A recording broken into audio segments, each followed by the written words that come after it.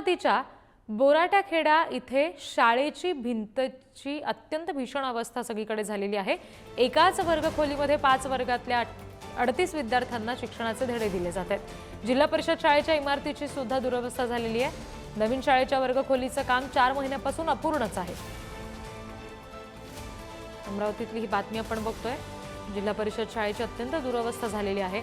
नवीन शाळेच्या वर्गखोलीचं सुद्धा काम 4 महिन्यापासून अपूर्ण आहे। अमरावतीतल्या बोराटाखेडा शाळेची ही भीषण अवस्था आपण बघतोय। एकाच वर्गखोलीत 5 वर्गातल्या 38 विद्यार्थ्यांना शिक्षण दिलं जातंय। जिल्हा परिषदेची ही शाळा आहे जिच्या इमारतीची अत्यंत दुरवस्था झालेली आहे। इथे वर्गखोली जेव्हापासून हे रूम पडल्यामुळे इथं दुसऱ्या रूमची अपेक्षा होती, लवकर बांधकाम होईल। मात्र ते बांधकाम जे आहे ते थोडं संथ गतीने चालू असल्यामुळे अजूनपर्यंत आमचं बांधकाम पूर्ण झालेलं नाही।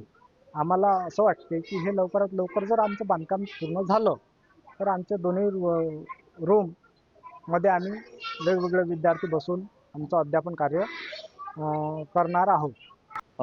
शाळा ज्या आहेत त्या पडक्या आहेत। वर्ग पटसंख्या भरपूर आहे, परंतु जे खोल्या आहेत त्या अतिशय कमी आहेत, तोडक्या आहेत। बरेच दिवसाचे जीर्ण झालेले आहेत। या संदर्भात मी माननीय जिल्हाधिकारी, माननीय CO जिल्हा परिषद यांना वारंवार पत्रव्यवहार केला आहे।